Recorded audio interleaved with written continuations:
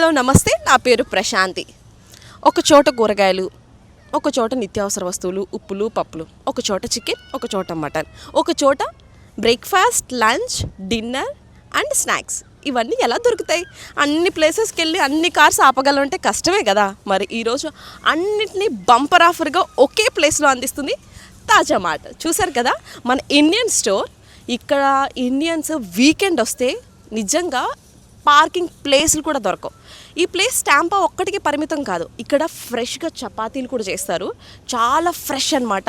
వేరే వేరే ప్లేసెస్ నుంచి అందరూ కూడా వచ్చి ఇక్కడ చపాతీ కొనడానికి వస్తారు. ఇది అతిశయోక్తి కాదు, మీరు చూస్తే ఖచ్చితంగా లోపల క్రౌడ్ చూసి నేను చెప్పింది అబద్ధం కాదు అని మీరే డిసైడ్ చేస్తారు.